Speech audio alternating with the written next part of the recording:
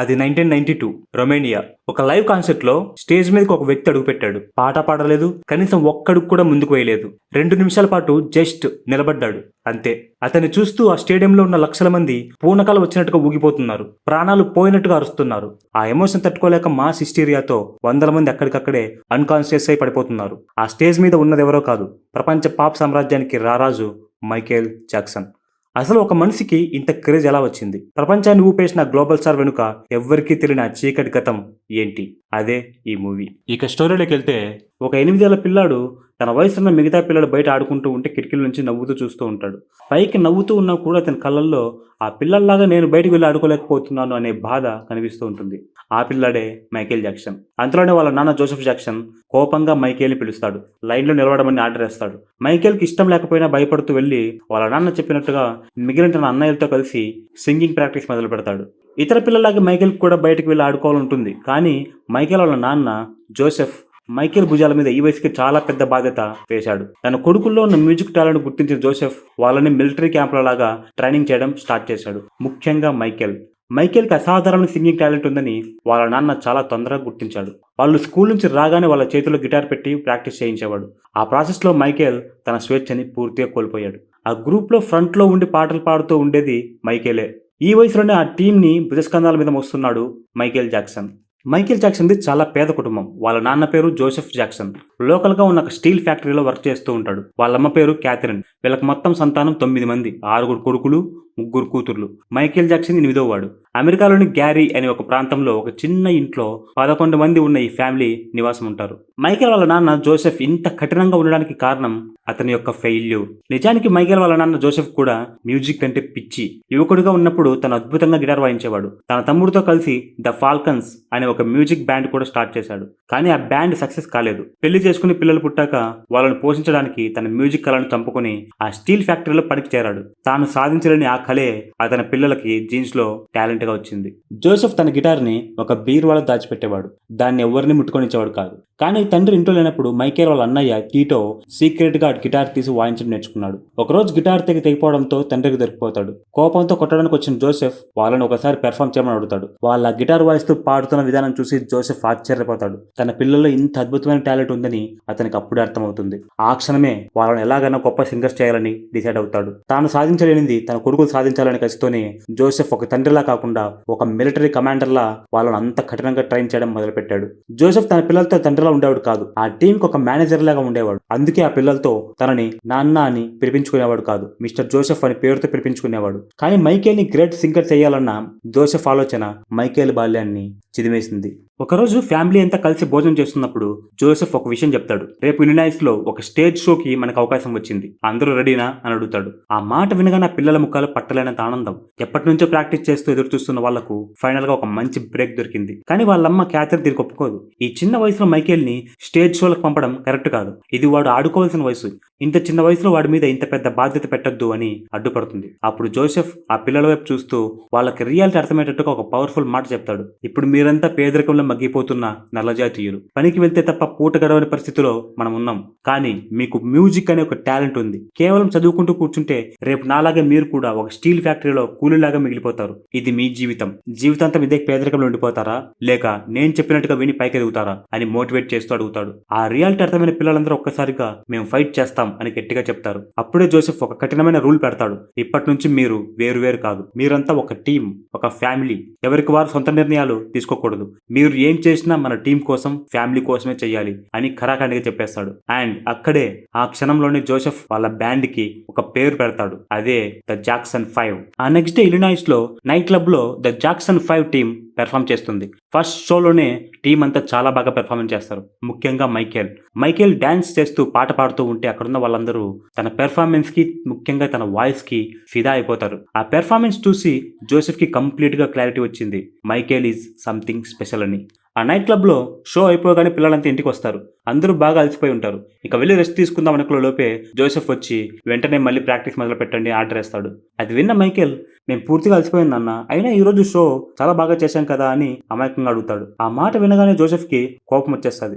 ఏంటి అంత బాగా చేశావా, నాకేదో చెప్తావా నువ్వు అంటూ విపరీతమైన కోపంతో చేతిలో ఉన్న బెల్ట్ తీసి చిన్న పిల్లాడన్న మైకేల్ ని చావగొడతాడు. ఆ దెబ్బలు తట్టుకోలేక మైకేల్ ఏడ్చుకుంటూ పక్క గదిలోకి వెళ్లి ఒక మూలను కూర్చొని కుమిలిపోతాడు. ఆ పిల్లల పట్ల జోసెఫ్ ఒక తండ్రిలా కాకుండా ఒక నియంతలా వ్యవహరించేవాడు. ఇలాంటి బెల్ట్ దెబ్బలు ఎన్నోసార్లు తింటాడు మైకేల్ కి తన ముక్కు అంటే ఇష్టం లేని తెలిసి కూడా కోపం వచ్చిన ప్రతిసారి బిగ్ నోస్ అని మైకేల్ ని పదే పదే తిడుతూ మానసికంగా కూడా హింసించేవాడు జోసెఫ్. ఇలాంటి నరకం లాంటి బాల్యంలో ఆ ఒంటరితనంలో మైకేల్ కి కాస్త రిలీఫ్ ఇచ్చింది కామిక్ బుక్స్ మాత్రమే. కామిక్ బుక్స్ చదవడం అంటే మైకేల్ కి పిచ్చి. మార్వెల్ కామిక్స్ కానీ, అందులో ముఖ్యంగా పీటర్ పాన్ అంటే అతనికి ప్రాణం. ఈ కామిక్స్ మైకేల్ ఆలోచనల్ని చాలా బలంగా ప్రభావితం చేశాయి. ముఖ్యంగా పీటర్ పాన్ కథలో హీరో ఒక మాయాలోకంలో ఉంటాడు. అతనికి ఎప్పటికీ వయసు పెరగదు. జీవితాంతం ఒక చిన్న పిల్లలాగా ఉండిపోతాడు. ఆ మాయాలోకం పేరే నెవర్లాండ్. ఈ పాత్ర మైకేల్ కి ఎంతగా కనెక్ట్ అయిందంటే ఆ బుక్ చదివి పీటర్ పాన్ లాగే తాను కూడా ఎప్పటికీ చిన్న పిల్లలాగా ఉండిపోవాలని బలంగా కోరుకున్నాడు. ఆ ఎమోషన్ తోనే పెద్దయ్యాక ఒక సూపర్ స్టార్ గా మారక కూడా తాను కొన్ని వేల ఎకరాలు కట్టుకున్న డ్రీమ్ ఫామ్ హౌస్ కి అదే నెవర్లాండ్ పేరు పెడతాడు.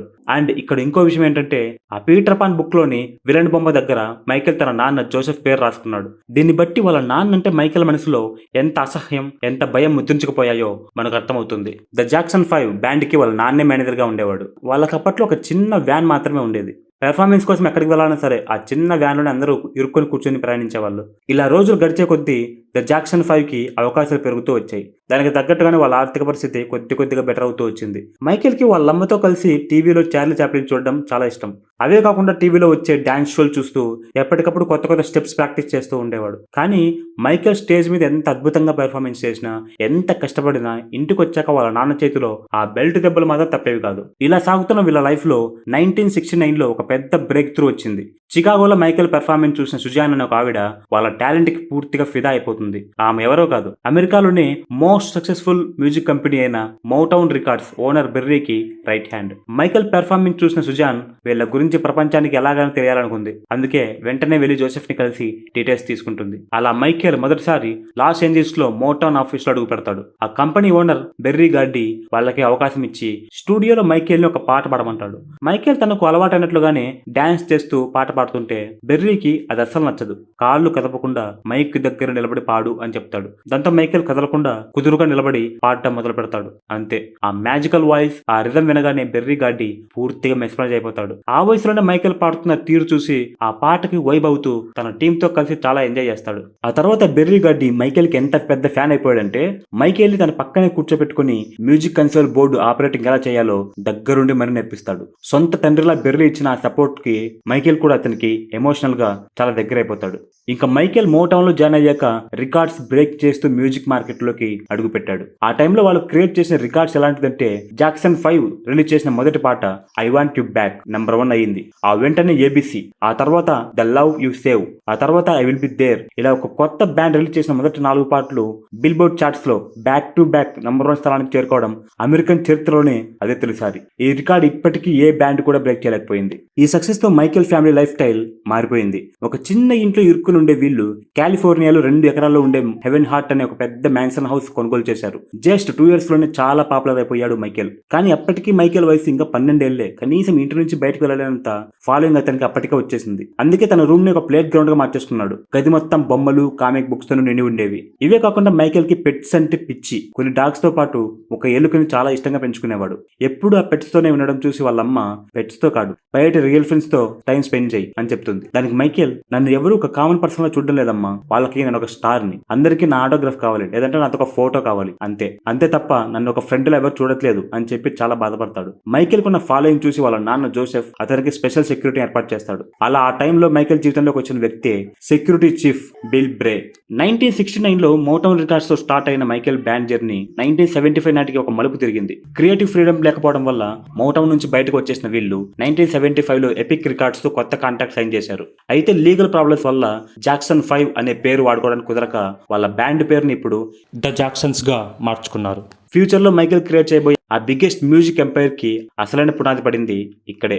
ఇక్కడ మూవీ డైరెక్ట్ గా 1978లోకి వెళ్ళిపోతుంది. అప్పటికి మైకేల్ వయసు 20 ఏళ్లు. ఇన్నాళ్ళు ది జాక్సన్స్ బ్యాండ్ లో ఒకటిగా ఉన్న మైకేల్ తన కెరీర్ లోనే ఒక పాత్ బ్రేకింగ్ డెసిషన్ తీసుకున్నాడు. అదే సొంతంగా ఒక సోలో ఆల్బమ్ చేయాలనుకోవడం. తన బ్రెయిన్ లో రన్ అవుతున్న కొత్త రకం సౌండ్స్ కి ప్రాణం పోయాలంటే అప్పటి వరకు తను పనిచేసిన మ్యూజిక్ డైరెక్టర్స్ వల్ల కాదని అతనికి అర్థమైంది. అందుకే ఈ సోలో ఆల్బమ్ కోసం లెజెండరీ మ్యూజిక్ డైరెక్టర్ అయిన క్విన్సీ జోన్స్ ని సెలెక్ట్ చేసుకున్నాడు. కానీ ఈ విషయం వాళ్ళ నాన్న జోసెఫ్ కి చెప్పే ధైర్యం మైకేల్ కి లేదు.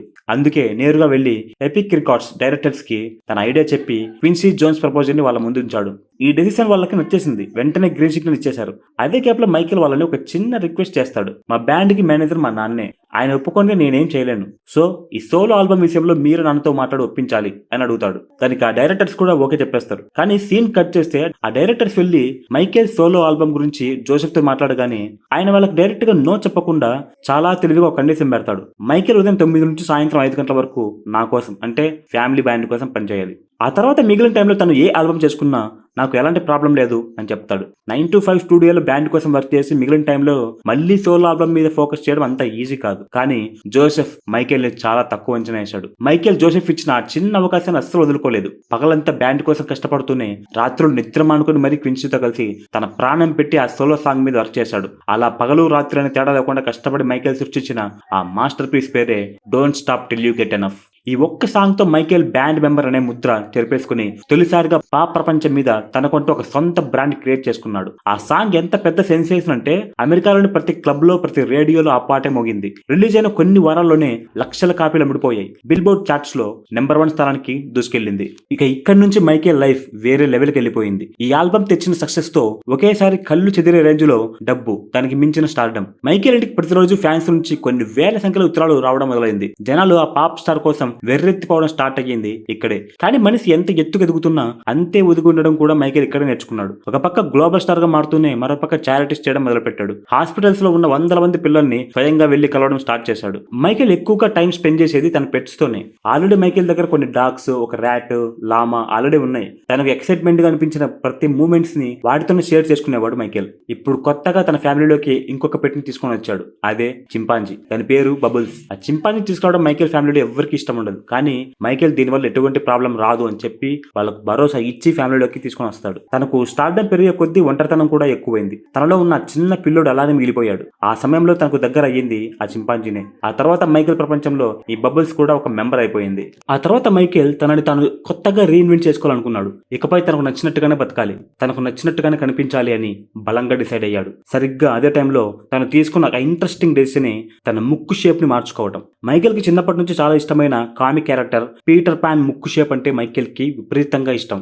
అచ్చం అలాంటి ముక్కే తనకు కావాలనుకున్నాడు. అదొకటే కాదు, కోపం వచ్చిన ప్రతిసారి వాళ్ళ నాన్న జోసెఫ్ అందరి ముందు మైకేల్ ని బిగ్ నోస్ అని వెటకారంగా పిలిచి అవమానించేవాడు. ఆ మాటలు మైకేల్ మనసుని సైకలాజికల్ గా చాలా దెబ్బతీశాయి. తండ్రి వల్ల తనలో ఏర్పడిన ఆ ఇన్సెక్యూరిటీ నుంచి బయటపడడం కోసం, తను కలలు కన్న ఆ పీటర్ పాన్ డ్రీమ్ లుక్ కోసం వెంటనే ప్లాస్టిక్ సర్జరీ చేయించుకున్నాడు మైకేల్. అయితే సరిగ్గా ఇదే టైంలో మైకేల్ లైఫ్ లో ఇంకో అనుకోని మార్పు కూడా మొదలైంది. అదే అతనికి విటిలిగో అనే ఒక చర్మ వ్యాధి రావటం. ఈ వ్యాధి వల్ల మైకేల్ స్కిన్ కలర్ మెల్లమెల్లగా నలుపు నుంచి పూర్తిగా తెల్లగా మారిపోతూ ఉంది. అయితే సర్జరీతో ముక్కు షేప్ అయితే మార్చుకున్నాడు. కానీ వాళ్ళ నాన్న మీద ఉన్న భయం మాత్రం మైకేల్ ని వదలలేదు. తండ్రి కళ్ళలోకి చూసి మాట్లాడాలంటేనే భయపడిపోయేవాడు. సర్జరీ తర్వాత ఇంటికి వచ్చాక తన కొత్త ముక్కుని వాళ్ళ నాన్నకు చూపించడానికి విపరీతంగా వణికిపోయాడు. అందుకే సైనస్ ప్రాబ్లం వల్ల సర్జరీ చేయించుకున్నాను అని వాళ్ళ నాన్నకు అబద్ధం చెప్పి మేనేజ్ చేస్తాడు.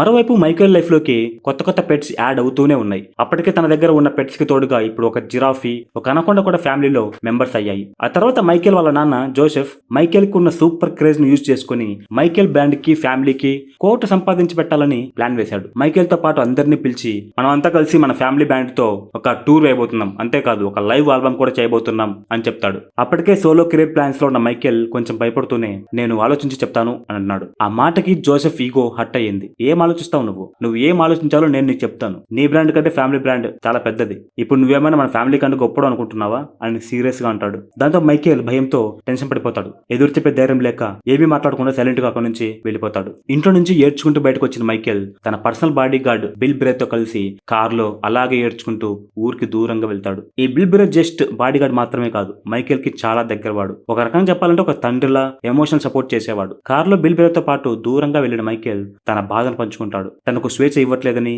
నాన్న తనను ఒక మనీ మిషన్ లా వాడుకుంటున్నాడని ఏడుస్తూ చెప్తాడు. అప్పుడు బిల్ బ్రే మైకేల్ లైఫ్ ని టర్న్ చేసి ఒక ప్రాక్టికల్ సలహా ఇస్తాడు. మీ ఫ్యామిలీ బ్యాండ్ నుంచి బయటకు వచ్చేయి అని చెప్తాడు. దానికి మైకేల్, అదంత ఈజీ కాదు బిల్, నాకు నా ఫ్యామిలీ అంటే చాలా ఇష్టం, నేను అంత ఈజీగా బయటికి రాలేను అని చెప్తాడు. అప్పుడు బిల్, లైఫ్ లో ఏది ఈజీ కాదు మైకేల్, మీ నాన్న ఎప్పటికీ మారడు, నీ పర్సనల్ గ్రోత్ కంటే ఫ్యామిలీనే అతనికి ఇంపార్టెంట్, ఇది నీ లైఫ్, ఒక మంచి లాయర్ ని మాట్లాడుకో, నీకంటూ ఒక మంచి టీం ని క్రియేట్ చేసుకో అని మోటివేట్ చేస్తాడు. బిల్ చెప్పిన ఆ మాటలతో సీరియస్ గా ఆలోచించడం మొదలు పెట్టాడు మైకేల్. తన బాడీ గార్డ్ బిల్ బ్రే మోటివేట్ చేసినప్పటికీ మైకేల్ అప్పటికప్పుడు ఎలాంటి డెసిషన్ తీసుకోడు. తన ఫ్యామిలీ కోసం వాళ్ళ నాన్న చెప్పినట్టుగానే ఫ్యామిలీ బ్యాండ్ ది జాక్సన్స్ తో కలిసి ట్రయంఫ్ అనే టూర్ కి వెళ్తాడు. ఆ టూర్ సూపర్ సక్సెస్ అవుతుంది. ఆ సక్సెస్ తర్వాత మైకేల్ బిల్ బ్రే చెప్పిన ఐడియా మీద వర్క్ చేయడం స్టార్ట్ చేస్తాడు. తన ప్రొఫెషనల్ లైఫ్ ని పూర్తిగా తన కంట్రోల్లోకి తీసుకునే పనిలో పడతాడు. ముందుగా తనకంటూ ఒక స్ట్రాంగ్ లీగల్ టీమ్ సెట్ చేసుకోవడానికి ఒక టాప్ లా ఫర్మ్ వాళ్ళను కలుస్తాడు. ఆ మీటింగ్ లో చాలా మంది సీనియర్ లాయర్లు ఉన్నా వాళ్ళ మాటలేవీ మైకేల్ కనెక్ట్ అవ్వవు. కానీ అక్కడే ఉన్న ఒక యంగ్ లాయర్ అప్రోచ్ మాత్రం మైకేల్ ని చాలా ఆకర్షిస్తుంది. అతనే జాన్ బ్రాంకా. జాన్ బ్రాంకా మాట్లాడే విధానం, అతని ఆలోచనలో ఉన్న క్లారిటీ మైకేల్ కి బాగా నచ్చుతాయి. దాంతో వెంటనే అతన్ని తన పర్సనల్ లాయర్ గా తీసుకుంటాడు. ఆ జాన్ బ్రాంకానే ఫ్యూచర్ లో మైకేల్ వేల కోట్లు సంపాదించడానికి, ఒక మ్యూజిక్ ఎంపైర్ ని నిలబెట్టడానికి ఒక మెయిన్ పిల్లర్ లా సహాయపడతాడు. జాన్ బ్రాంకా రావడంతోనే మైకేల్ వాళ్ళ నాన్న జోసెఫ్ కి ఒక మైండ్ బ్లోయింగ్ షాక్ ఇస్తాడు. ఇంట్లో ప్రశాంతంగా మ్యూజిక్ వింటున్న జోసెఫ్ కి సడన్ గా ఫ్యాక్స్ మిషన్ సౌండ్ వినిపిస్తుంది. వెళ్లి చూస్తే అందులో ఒక లెటర్. అది చదవగానే జోసెఫ్ కి మైండ్ బ్లాక్ అవుతుంది. ఎందుకంటే మైకేల్ తన పర్సనల్ మేనేజర్ పోస్ట్ నుంచి జోసెఫ్ ని ఫైర్ చేస్తూ పంపిన అఫీషియల్ లెటర్ అది. అది చదవగానే జోసెఫ్ కి విపరీతమైన కోపం వచ్చి వెంటనే తన భార్య క్యాథరిన్ దగ్గరికి వెళ్లి విషయం చెప్తాడు. ఒక చిన్న పేపర్ ముక్కతో నన్నే ఫైర్ చేస్తాడా, ఇంటికి రాని, ఈ రోజు వాడికి నా చేతిలో బెల్ట్ దెబ్బలు పడాల్సిందే అని కోపంగా అరుస్తాడు. దాని క్యాథరిన్, జోసెఫ్ నువ్వు వాడిని ఇప్పుడు కొట్టలేవు, వాడు అలా భయపడే స్టేజ్ దాటిపోయాడు, అసలు మనం ఇప్పుడు ఈ పొజిషన్లో ఉన్నామంటే దానికి కారణం మైకేల్, వాడు కనిపిస్తూ కొట్టడం కాదు, ముందు వాడికి థ్యాంక్స్ చెప్పు అని ముఖమే చెప్పేస్తుంది. ఆ మాటకి జోసెఫ్ ఈగో హట్ అవుతుంది. మనం ఈ పొజిషన్కి రావడానికి కారణం వాడు కాదు, నేను, చిన్నప్పటి నుంచి నేను ఇచ్చిన ట్రైనింగ్ వల్లే వాడు ఇప్పుడు ఇంత సక్సెస్ అయ్యాడు అని అంటాడు. దాని క్యాథరిన్ ఏమాత్రం పట్టించుకోకుండా సరే నువ్వు అలా అనుకుంటూ ఉండు అని చెప్పి సైలెంట్ అక్కడ నుంచి వెళ్ళిపోతుంది. ఆ తర్వాత తన పెట్స్తో ఆడుకుంటున్న మైకేల్ ఎదురుగ్గా సడన్ గా వచ్చి నిలబడతాడు జోసెఫ్. ఆయన చూడగానే మైకేల్ కొద్దిగా భయపడుతూ అలాగే నిలబడిపోతాడు. నీకు ఫ్యామిలీ వాల్యూస్ అర్థం కావట్లేదు మైకేల్, ఏ కొడుకైనా తన సొంత తండ్రిని ఇలా చేస్తాడా, ఆయన నెట్టూరుస్తూ అక్కడి నుంచి వెళ్ళిపోతాడు. ఇక్కడ జోసెఫ్ ముందులాగా మైకేల్ మీద కోప్పడే ధైర్యం మాత్రం ఇప్పుడు అస్సలు చేయలేకపోతాడు. సైలెంట్ గా వెళ్ళిపోయాడు. ఇక నాన్నను తన పర్సనల్ మేనేజర్ పోస్ట్ నుంచి తీసేశాక మైకేల్ కి చాలా ఫ్రీడమ్ వచ్చింది. దాంతో అతనిలో దాగున్న చిన్న పిల్లాడు బయటకు వచ్చాడు. ఎప్పుడు కూడా ఒక చిన్న పిల్లల్లాగా ప్రవర్తించేవాడు. పిల్లల్ని పిలిచి ఆటోగ్రాఫ్ ఇచ్చేవాడు. తన బాడీగార్డ్ బిల్ తో కలిసి చాలా అలర్ చేసేవాడు. ఇంట్లో వాళ్ళ అన్నయ్యలంతా బాస్కెట్ బాల్ లాంటి ఆటలు ఆడుతూ ఉంటే మైకేల్ మాత్రం ట్విస్టర్ లాంటి చిన్నపిల్లల గేమ్స్ ఆడుకుంటూ ఉండేవాడు. అది చూసి వాళ్ళ అన్నయ్యలు నవ్వుకునేవాళ్ళు. ఇక తన రూమ్ లోకి వెళ్తే తన పెట్ చింపాంజీతో కలిసి ఆడుకుంటూ టైం గడిపేవాడు. ఇంకోవైపు హాస్పిటల్స్ కి వెళ్లి అక్కడ ఉన్న చిన్న పిల్లలతో కలిసి వాళ్ళతో గంటల తరబడి ఆడుకుంటూ తన సమయాన్ని గడిపేవాడు. ఒక పక్క తన లైఫ్ లో దొరికిన ఫ్రీడమ్ ఎంజాయ్ చేస్తూనే మరో పక్క తన సోలో కెరీర్ మీద పూర్తి స్థాయిలో ఫోకస్ పెడతాడు మైకేల్. దీనికోసం తన పర్సనల్ లాయర్ జాన్ బ్రాంకాతో కలిసి ఒక మాస్టర్ ప్లాన్ రెడీ చేస్తాడు. తను నెక్స్ట్ రిలీజ్ చేయబోయే ఆల్బమ్స్ గ్లోబల్ రికార్డ్స్ ని బ్రేక్ చేయాలి, అలాగే ప్రపంచంలోనే అతిపెద్ద కాన్సర్ట్స్ నిర్వహించాలి అని తన ఫ్యూచర్ ప్లాన్స్ చెప్తాడు. అప్పుడు జాన్ బ్రాంకా మైకేల్ కు ఒక సలహా ఇస్తాడు. నువ్వు ఆ స్థాయిలో గ్లోబల్ స్టార్ అవ్వాలంటే నువ్వు పబ్లిక్ లోకి ఎక్కువగా రావాలి, మీడియాలో తరచుగా కనిపిస్తూ మరింత పాపులర్ అవ్వాలి అని చెప్తాడు. కానీ దానికి మైకేల్ అస్సలు ఒప్పుకోడు. లేదు బ్రాంకా, నేను బయట ఎక్కడ ఎక్కువ కనిపించకూడదు, ప్రజల దృష్టిలో నేనెప్పుడూ ఒక మిస్టరీ లాగానే ఉండిపోవాలి, నా మ్యూజిక్ ప్రపంచాన్ని షేక్ చేయాలి, కానీ నేను మాత్రం వాళ్ళకి ఎప్పటికీ ఒక అంతర్చిక్కని వ్యక్తిలాగే అనిపించాలి అని తన విజన్ ఏంటో చాలా క్లియర్ గా చెప్తాడు. మైకేల్ జాక్సన్ కి తన కళ్ళ ముందు కనిపించే ప్రతి చిన్న విషయం నుంచి సాంగ్స్ ఐడియాస్ వస్తూ ఉంటాయి. ఒక్కోసారి ఆలోచనలు ఎంత బలంగా ఉంటాయంటే అర్ధరాత్రి సడన్ గా నిద్రలేచి మరీ లిరిక్స్ రాస్తూ ఉంటాడు. అలా ఒకరోజు టీవీలో న్యూస్ చూస్తున్నప్పుడు లాస్ ఏంజల్స్ లో డ్రగ్స్ మత్తులో ఉన్న 2 క్రిమినల్ గ్యాంగ్స్ దారుణంగా కొట్టుకుని ఒకరినొకరు చంపుకున్నారని న్యూస్ చూసి మైకేల్ తీవ్రంగా చలించిపోతాడు. ఆ ఇన్సిడెంట్ మైకేల్ మైండ్ లో ఒక బలమైన ఆలోచనని రేకెత్తించింది. ఆ వీధి గొడవలు నాపేలాగా, ఆ డ్రగ్స్ మత్తు నుంచి యూత్ బయటకు వచ్చేలాగా ఒక పాట చేయాలనుకున్నాడు. ఆ కసి నుంచి పుట్టిన ఐడియానే లెజెండరీ సాంగ్ బీట్ ఇట్. ఆ పాట వీడియోలో రియాలిటీ ఉండడం కోసం ఏకంగా చివరిగా ఆ రియల్ క్రిమినల్ గ్యాంగ్స్ మెంబర్స్ ని కలిసి వాళ్ళని ఒప్పించి సెట్ కు తీసుకొచ్చి తన సైడ్ డాన్సర్ గా పెట్టుకుంటాడు మైకేల్. మ్యూజిక్ ఉన్న పవర్ తో డ్రగ్స్ ని వైలెన్స్ ని కంట్రోల్ చేయొచ్చని, ప్రజల జీవితాన్ని మార్చొచ్చని నిరూపించిన ఈ పాట అప్పట్లో వరల్డ్ వైడ్ గా ఒక నెవర్ బిఫోర్ సెన్సేషన్ క్రియేట్ చేసింది. ఆ తర్వాత ఒక రోజు టీవీలో హారర్ మూవీ చూస్తున్నప్పుడు మైకేల్ కు వచ్చిన ఐడియానే థ్రిల్లర్. ఇది జస్ట్ ఒక నార్మల్ సాంగ్ కాదు, ఒక షార్ట్ ఫిల్మ్ లాంటిది. అప్పటి వరకు మ్యూజిక్ వీడియోలు అంటే కేవలం 3-4 మినిట్స్ మాత్రమే ఉండేవి. కానీ మైకేల్ ఈ థ్రిల్లర్ కోసం 14 నిమిషాల డ్యూరేషన్ తో ఉండే ఒక మ్యూజిక్ వీడియోని తీసి అసలు రికార్డింగ్ ఇండస్ట్రీ స్టైల్ నే మార్చేశాడు. ఈ వీడియో జనాలకి ఎంత కనెక్ట్ అయిందంటే ఇన్ని దశాబ్దాలు గడిచినా, ఇంత టెక్నాలజీ మారినా ఇప్పటికీ ప్రపంచంలో అత్యధికంగా అమ్ముడిపోయిన ఆల్బమ్ ఈ thriller. Beat it and thriller ఈ 2 ఆల్బమ్స్ తో మైకేల్ క్రేజ్ ఆకాశానికి వెళ్ళిపోతుంది. కానీ మైకేల్ కి ఒక్క విషయం మాత్రం చాలా ప్రాబ్లమాటిక్ గా కనిపిస్తుంది. అదే మ్యూజిక్ ఇండస్ట్రీలో పాతుకుపోయిన వర్ణ వివక్ష. అమెరికాలోనే the most popular music channel అయిన ఎంటీవీ బ్లాక్ ఆర్టిస్టుల సాంగ్స్ టెలికాస్ట్ చేయడం లేదు. దీనికి ఎలాగైనా ఎండ్ కార్డు వేయాలనుకుంటాడు మైకేల్. అందుకే డైరెక్ట్ గా మ్యూజిక్ కంపెనీకి బాస్ అయిన సిబిఎస్ రికార్డ్స్ సీఈఓ దగ్గరికి వెళ్తాడు. అంత పెద్ద సూపర్ స్టార్ తన దగ్గరకు వచ్చి కలవడంతో ఆ సీఈఓ మీకేం హెల్ప్ కావాలని చేస్తాను అని చెప్తాడు. దానికి మైకేల్ ఎంటీవీలో నా మ్యూజిక్ వీడియోస్ ప్లే అవ్వాలి అని కోరతాడు. దానికి ఆ సీఈఓ తడబడతాడు. అది ఇంపాసిబుల్ మైకేల్, నేను ఆల్రెడీ ట్రై చేశాను. కానీ బ్లాక్ ఆర్టిస్టుల మ్యూజిక్ వీడియోస్ టెలికాస్ట్ చేస్తే లోకల్ వైట్ అమెరికన్స్ చూడరని, దాంతో వాళ్ళ టీఆర్పీ పడిపోతుందేమో అని వాళ్ళ భయం అని చెప్తాడు. దానికి మైకేల్ మ్యూజిక్ కి మతాలతో జాతులతో సంబంధం లేదు. నేను మ్యూజిక్ క్రియేట్ చేస్తుంది జస్ట్ బ్లాక్ పీపుల్ కోసం మాత్రమే కాదు, వరల్డ్ లో ఉన్న ప్రతి ఒక్కరూ నా మ్యూజిక్ ఎంజాయ్ చేయాలి. ఎలాగైనా నా మ్యూజిక్ ఎంటీవీలో ప్లే అయ్యేలా చూడండి, ఈ ఒక్కసారి నా కోసం ప్రయత్నించండి అని రిక్వెస్ట్ చేస్తాడు. అంత పెద్ద సూపర్ స్టార్ అలా అడిగేసరికి ఆ సీఈఓ ఎంతకైనా వెళ్ళడానికి సిద్ధపడతాడు. వెంటనే ఎంటీవీ సీఈఓకి కాల్ చేసి మైకేల్ పాడిన Billie Jean music video play చేయమని కోరతాడు. కానీ ఎంటీవీ వాడు దానికి ఏమాత్రం ఒప్పుకోడు. దాంతో సీఈఓకి విపరీతం కోపం వస్తుంది. నెక్స్ట్ 10 minutes లో నేను చెప్పిన వీడియో ప్లే అవ్వకపోతే మీ ఛానల్లో ఉన్న మా కంపెనీ ఆర్టిస్టులందరినీ వెనక్కి తీసుకుంటాను, మన మధ్య ఇంకా నో మోర్ బిజినెస్ అని వార్నింగ్ ఇస్తాడు. అవతల వాళ్ళు ఇంకా ఏదో చెప్పబోతుంటే I don't give a fuck అని గట్టిగా అరిచి ఫోన్ పెట్టేస్తాడు. దాంతో గత్యంతరం లేక ఎంటీవీ వాడు మైకేల్ మ్యూజిక్ వీడియోని టెలికాస్ట్ చేస్తాడు. అలా మొట్టమొదటిసారిగా ఒక నల్ల జాతీయుడి మ్యూజిక్ వీడియో ఎంటీవీలో ప్లే అవుతుంది. ఆ సాంగ్ పేరే బిల్లీ జీన్. ఈ సాంగ్ వల్ల ఎంటీవీ టీఆర్పీ పడిపోవడం కాదు, కొత్త టీఆర్పీ రికార్డ్స్ క్రియేట్ అయ్యాయి. ఇది వర్ణ వివక్ష మీద మైకేల్ జాక్సన్ తన మ్యూజిక్ తో సాధించిన అతి పెద్ద విజయం. ఈ బిల్లీ జీన్ సాంగ్ తర్వాత మైకేల్ క్రేజ్ ని మనం ఇప్పుడు మాటల్లో కూడా వర్ణించలేం. అతని క్రేజ్ కి ఆకాశం కూడా హద్దు కాదు. ఇదే బిల్లీ జీన్ సాంగ్ ని 1983లో కాలిఫోర్నియాలో జరిగిన మోటౌన్ 25th యానివర్సరీ వేడుకల్లో మైకేల్ మొట్టమొదటిసారిగా లైవ్ లో పెర్ఫార్మెన్స్ చేశాడు. వరల్డ్ మ్యూజిక్ హిస్టరీలోనే ది బెస్ట్ లైవ్ పెర్ఫార్మెన్స్ గా అది ఒక చరిత్రలో నిలిచిపోయింది. నల్లటి సీక్వెన్ జాకెట్, తల మీద ఫెరోడా హ్యాట్, ఒక చేతికి మాత్రం తెల్లటి గ్లో, ప్యాంట్ కింద తెల్లటి సాక్స్. ఇవాళ మనం చూస్తాం మైకేల్ జాక్సన్ సిగ్నేచర్ స్టైల్ పుట్టింది ఈ పెర్ఫార్మెన్స్ లోనే. వీటన్నిటికీ మించి మైకేల్ జాక్సన్ అనగానే ప్రపంచం మొత్తానికి గుర్తొచ్చే ఆ magical step moon walk step ని మొట్టమొదటిసారిగా మైకేల్ లైవ్ లో పెర్ఫార్మెన్స్ చేసింది ఇక్కడే. ఈ బిల్లీ జీన్ థ్రిల్లర్ ఆల్బమ్స్ తో మైకేల్ కు వచ్చిన క్రేజ్ ని ఎలాగైనా క్యాష్ చేసుకోవాలని అతని తండ్రి జోసెఫ్ ఒక మాస్టర్ ప్లాన్ వేస్తాడు. మైకేల్ ని ఒప్పించి వాళ్ళ ఫ్యామిలీ బ్యాండ్ తో కలిసి మొత్తం అమెరికా అంతా ఒక భారీ లైవ్ టూర్ వేయాలనుకుంటాడు. దాని పేరే విక్టరీ టూర్. అయితే ఈ టూర్ ని హ్యాండిల్ చేయడానికి మామూలు ప్రమోటర్లు సరిపోరు. ఎక్కువ డబ్బులు సంపాదించాలి అంటే ఏ మాత్రం ఎథిక్స్ లేని రూత్లెస్ అయిన డాన్ కింగ్ అయితేనే పర్ఫెక్ట్ అని జోసెఫ్ డిసైడ్ అయ్యాడు. ఆ డాన్ కింగ్ ఎవరంటే అమెరికాలో ఒక legendary boxing promoter. Muhammad Ali, Mike Tyson లాంటి వరల్డ్ బెస్ట్ బాక్సర్లను మార్కెట్ చేసి 100 కోట్లు సంపాదించిన కింగ్ పిన్ ఇతను. దానికి మించి ఒక పెద్ద స్కామ్స్టర్ అండ్ చీటర్ కూడా.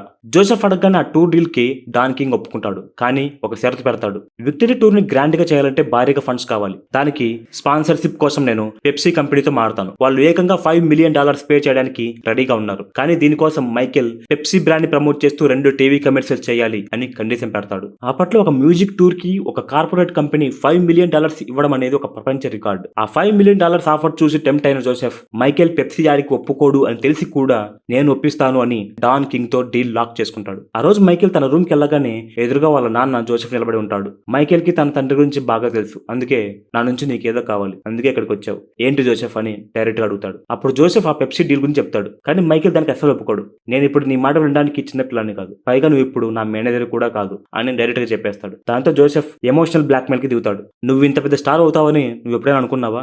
కానీ నేను ముందే అనుకున్నాను. నేను ఇచ్చిన ట్రైనింగ్ వల్లే నువ్వు ఈ రోజు ఇంత పెద్ద స్టార్ అయ్యావు. నీ సక్సెస్ కి కారణం మన ఫ్యామిలీ. ఇప్పుడు ఆ ఫ్యామిలీని వదిలేస్తావా అంటూ అక్కడ నుంచి వెళ్ళిపోతాడు. అసలు ఆ పెప్సీ డీల్ అంటే ఏ మాత్రం ఇష్టం లేని మైకేల్ చివరకు ఫ్యామిలీ కోసం అయిష్టంగానే ఆ యాడ్ చేయడానికి ఒప్పుకుంటాడు. అలా ఏ మాత్రం ఇష్టం లేకపోయినా కేవలం ఫ్యామిలీ కోసం ఆ పెప్సీ యాడ్ షూటింగ్ కి వెళ్తాడు మైకేల్. కానీ అక్కడే ఎవ్వరూ ఊహించిన విధంగా మైకేల్ జీవితాన్ని శాశ్వతంగా మార్చేసిన ఒక భయంకరమైన ఇన్సిడెంట్ జరిగింది. అదే ఆ ఫైర్ యాక్సిడెంట్. షూటింగ్ జరుగుతూ ఉండగా స్టేజ్ మీద పేలాల్సిన ఫైర్ వర్క్స్ టైమింగ్ మిస్ అయ్యి పైకి మైకేల్ కి చాలా దగ్గరగా పేలాయి. అందులో నుంచి ఎగిరిన ఒక చిన్న నిప్పురవ్వ మైకేల్ తల మీద పడింది. అప్పట్లో మైకేల్ తన హెయిర్ స్టైల్ కోసం వాడిన హెయిర్ స్ప్రే జెల్స్ వల్ల ఆ చిన్న నిప్పురవ్వ పడగానే జుట్టు పెట్రోల్ పోసినట్టు ఒక్కసారిగా బగ్గుమంది. తన జుట్టు కాలిపోతున్న విషయం మైకేల్ కి వెంటనే తెలియలేదు. తల మీద మంటలు మండుతున్నా సరే అతను అలాగే డాన్స్ చేస్తూ ముందుకెళ్లాడు. ఎవ్వరికీ ఏం అర్థం కాలేదు. చుట్టూ ఉన్న క్రూ మెంబర్స్ అందరూ పరిగెత్తుకొచ్చి ఆ మంటలు ఆర్పే లోపలే జరగాల్సిన ఘోరం జరిగిపోయింది. ఆ మంటల వల్ల మైకేల్ తలకు తీవ్రమైన గాయాలయ్యాయి. అస్సలు ఇష్టం లేకుండా ఆ షూటింగ్ వెళ్లాడు మైకేల్ ఒక స్ట్రెచర్ మీద నొప్పితో విలవిల్లాడుతూ బయటకు వచ్చాడు. ఆ ఫైర్ యాక్సిడెంట్ తర్వాత మైకేల్ కొద్ది రోజుల పాటు ఐసీయూలో ఉండాల్సి వచ్చింది. గాయం ఎంత తీవ్రంగా ఉందో డాక్టర్లు మైకేల్ కి చెప్తారు. ఇవి second and third degree burns. పైన స్కిన్ తో పాటు లోపల టిష్యూస్ కూడా డ్యామేజ్ అయ్యాయి. ఇది పూర్తిగా మానడానికి చాలా సర్జరీలు చేయాల్సి ఉంటుంది. చాలా నెలలు పట్టొచ్చు.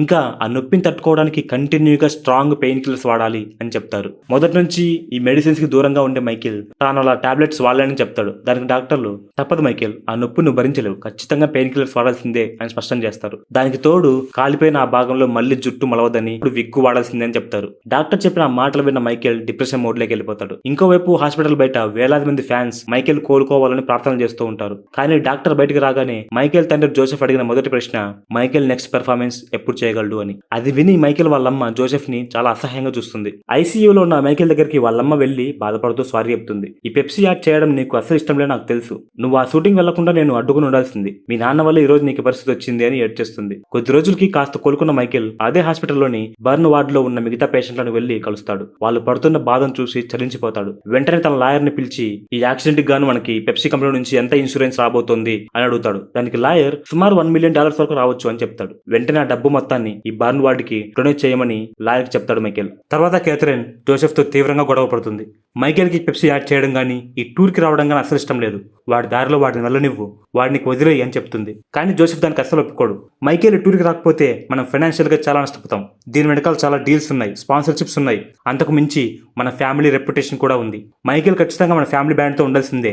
మైకేల్ లేకపోతే బ్యాండ్ లో ఉన్న మిగతా వాళ్ళు ఏమైపోతారు అని వాదిస్తాడు జోసెఫ్. దానికి క్యాథరిన్ వాళ్ళేం చిన్నపిల్లలు కాదు, ఎవరి దారి వాళ్ళు చూసుకుంటారు. నువ్వు డబ్బు కాసిపడి ఇలాగే మైకేల్ ని కంట్రోల్ చేయాలని చూస్తే నువ్వు వాడిని వదలకపోయినా వాడి నిన్ను ఏదో ఒక రోజు కంప్లీట్ గా వదిలేస్తాడు అని వార్నింగ్ ఇస్తుంది క్యాథరిన్. కానీ క్యాథరిన్ ఎంత చెప్పినా సరే జోసెఫ్ ఆమె మాటలను అసలు పట్టించుకోడు. మరోవైపు ఆ ఫైర్ యాక్సిడెంట్ మైకేల్ థింకింగ్ ని, తన లైఫ్ మీద తన పర్స్పెక్టివ్ ని పూర్తిగా మార్చేస్తుంది. డిశ్చార్జ్ అయ్యే ముందు తన బాడీగార్డ్ బిల్ తో మైకేల్ ఒక మాట చెప్తాడు.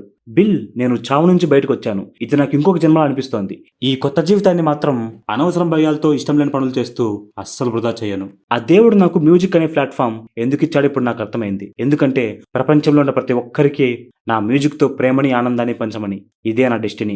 నా ఫ్యామిలీ కోసం నేను మా నాన్న చెప్పిన ఈ విక్టరీ టూర్ చేయబోతున్నాను. కానీ ఆ టూర్ అయిపోయాక మా నాన్న కళలోకి సూట్ గా చూసి చెప్తాను, ఇది నా లైఫ్, నా ఇష్టమని. హాస్పిటల్ నుంచి డిశ్చార్జ్ అయ్యాక తన మాట ప్రకారమే విక్టరీ టూర్ లో అడుగు పెడతాడు మైకేల్. ఈసారి తండ్రికి భయపడో అయిష్టంగానో కాదు, పూర్తి ఇన్వాల్వ్మెంట్ తో తన అన్నయ్యలతో కలిసి తన ప్రాణం పెట్టి పెర్ఫార్మ్ చేస్తున్నాడు. స్టేజ్ మీద మైకేల్ ని చూస్తూ జనం ఊగిపోతున్నారు. ఆ ఎనర్జీ చూసి వాళ్ళ నాన్న జోసెఫ్ మైకేల్ మళ్ళీ నా కంట్రోల్ లేక వచ్చాడు, ఇక ఎక్కడికి పోడు అని అనుకున్నాడు. ఇంకా నెక్స్ట్ వరల్డ్ టూర్ కోసం డీల్స్ కూడా మాట్లాడేసుకుంటూ ఉన్నాడు. అలా ఆ విక్టరీ టూర్ చివరి రోజు రానే వచ్చింది. స్టేజ్ మీద ది జాక్సన్ టీం అదరగొడుతోంది. మైకేల్ అడుగులకి ఆ స్టేడియం దగ్గరెళ్లిపోతోంది. ఆ క్రౌడ్ అరుపులు వింటూ స్టేజ్ పక్కన నిలబడ్డ జోసెఫ్ ఆనందానికి అవధులు కూడా లేవు. కానీ మైకేల్ తనకు లైఫ్ లో మర్చిపోలేని శాఖ ఇవ్వబోతున్నాడని అతనికి తెలియదు. పెర్ఫార్మెన్స్ ఎండింగ్ లో సడన్ గా మ్యూజిక్ తగ్గించమని సైగ చేస్తాడు మైకేల్. ఎవ్వరూ ఊహించిన విధంగా ఒక అనౌన్స్మెంట్ చేస్తాడు. ముందుగా మా టీం కి, నా ఫ్యాన్స్ కి అందరికి చాలా థ్యాంక్స్. మీ అందరికి ఒక విషయం చెప్పాలి అంటూ ఒక్కడే ఉన్న వాళ్ళ నాన్న కళలోకి సూటిగా చూస్తూ, నా ఫ్యామిలీ బ్యాండ్ అయిన ద జాక్సన్స్ కి ఇదే చివరి పెర్ఫార్మెన్స్. 20 ఏళ్లుగా మమ్మల్ని ఆదరిస్తున్న మీకు థ్యాంక్స్. ఇది మా ఫేర్వెల్ టూర్ అని అనౌన్స్మెంట్ చేసి వెంటనే మళ్ళీ సాంగ్ అందుకుని పెర్ఫార్మెన్స్ కంటిన్యూ చేస్తాడు మైకేల్. మైకేల్ చేసిన సడన్ అనౌన్స్మెంట్ తో మైకేల్ అన్నయ్యలందరూ మొదట షాక్ అయినా వెంటనే అతని నిర్ణయాన్ని యాక్సెప్ట్ చేస్తారు. టీవీలో ఆ లైవ్ చూస్తున్న వాళ్ళమ్మ చెల్లెలు ఎంతో హ్యాపీగా ఫీల్ అవుతారు. కానీ మైకేల్ వాళ్ళ నాన్న జోసెఫ్ మాత్రం మైండ్ బ్లాక్ అయిపోయి అలాగే నిలబడిపోతాడు. టూర్ ముగిశాక స్టేజ్ వెనకాల వెళ్లిపోతున్న మైకేల్ కి అడ్డుపడతాడు జోసెఫ్. ఈ అనౌన్స్మెంట్ చేయడానికి నీకు రైట్ లేదు, నేను మీ నాన్నని, నేను చెప్పింది నువ్వు వినాల్సిందే అని అరుస్తాడు. కానీ మైకేల్ ఆ మాటల్ని అస్సలు పట్టించుకోడు. కనీసం వెనక్కి కూడా తిరిగి చూడకుండా వెళ్లిపోతాడు. ఒకప్పుడు తండ్రి వాయిస్ వింటే వెనక్కిపోయి ఆ పిల్లాడు ఇప్పుడు లేడు. తన కొడుకు నాపలేక జోసెఫ్ అలా నిస్సహాయంగా చూస్తూ ఉండిపోతాడు. ఆ క్షణంతో మైకేల్ లైఫ్ చాలా పెద్ద టర్న్ తీసుకుంది. ఇక తన ఆలోచనలకి అడ్డు చెప్పేవారు ఎవ్వరూ లేరు. తర్వాత ఒక సోలో పెర్ఫార్మర్ గా విశ్వరూపం చూపించాడు. తిరుగులేని కింగ్ ఆఫ్ పాప్ గా అవతరించాడు. ఆ తర్వాత వచ్చిందే all time block buster album bad. Cut చేస్తే 1988 లండన్. స్టేడియం మొత్తం కిక్కిరిసిపోయింది. స్టేజ్ మీద మైకేల్ పెర్ఫామ్ చేస్తుంటే జనాలు పూనికాలతో ఊగిపోతున్నారు. తమ ఆరాధ్య దేవాన్ని కళ్ళెదురుగా చూస్తున్నామని ఆనందం తట్టుకోలేక హిస్టీరియాతో అభిమానులు అన్కాన్షియస్ పడిపోతున్నారు. మైకేల్ వేసే ప్రతి స్టెప్ కి ఆ స్టేడియం దద్దరిల్లిపోతూ ఉండగా అతని కథ ఇంకా అయిపోలేదు అనే ఎండ్ కార్డ్ పడి మూవీ ఎండ్ అవుతుంది.